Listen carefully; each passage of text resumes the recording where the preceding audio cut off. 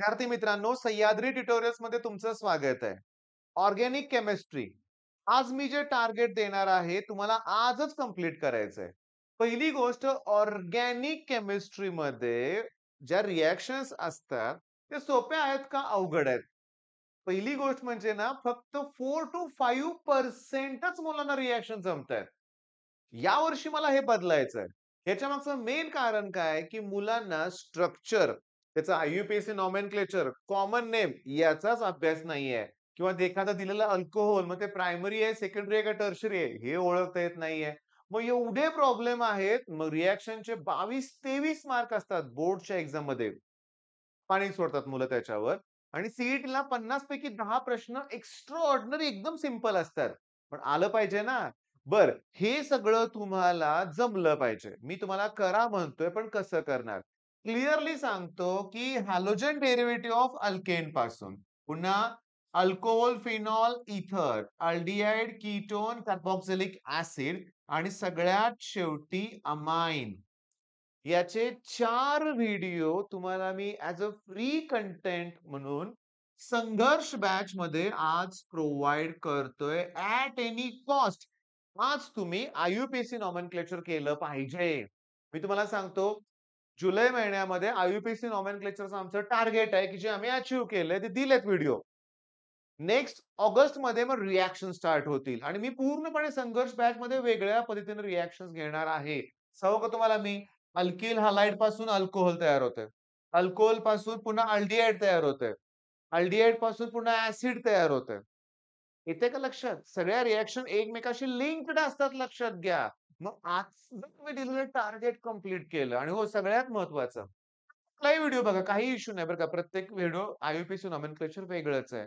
पण एक गोष्ट तुमच्या लक्षात येईल, जेव्हा तुम्ही अमाईनचा व्हिडिओ बघाल किंवा अल्कोहोल फिनॉल इथरचा बघाल किंवा अगदी हॅलोजन डेरिव्हेटिव्हचा बघाल.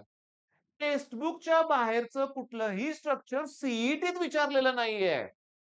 आहे तसे जे टेबल दिलंय, ज्यात जे एक्झाम्पल्स दिलेत ते आहे तशी विचारतायत. I-you-P-AC nomenclature विचारतायत. नाहीतर तुम्हाला सांगतो स्ट्रक्चर दिलंय आय-यू-पी-एसी नॉमेनक्लेचर स्ट्रक्चर विचारतायत. काही अवघड नाहीये. मग आता ऑर्गॅनिक आपण चांगले मार्क मिळवणार आहोत. आणि सांगू का गंमत म्हणजे अ, ऑर्गॅनिकमध्ये रिएक्शन ज्या असतात, त्यात जास्तीत जास्त 4च कार्बन इन्व्हॉल्व असतात. 5 कार्बन आहेत, 6 हेक्सेन, हेप्टॅन, ऑक्टेन याच्या रिएक्शन नाहीच आहेत. बरं सगळ्यात महत्त्वाचं ऑर्गॅनिक म्हणलं की ग्लुकोज आणि फिनॉल या एकदम सोप्या रिएक्शन्स आहेत. पण हे सगळं आपण व्यवस्थित कव्हर करणार आहे. माझं टार्गेटच काय असतं माहिती का? लास्ट इयर मी संघर्ष बॅचमध्ये तेच केलं होतं. काय?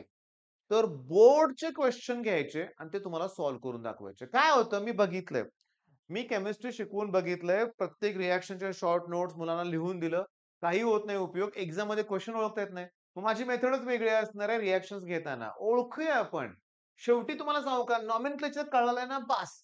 कशाचं कन्व्हर्जन कशात करायचंय, मग कसं करता येईल, काय केलं पाहिजे, कंडिशन्स कुठल्या आहेत? जमणार.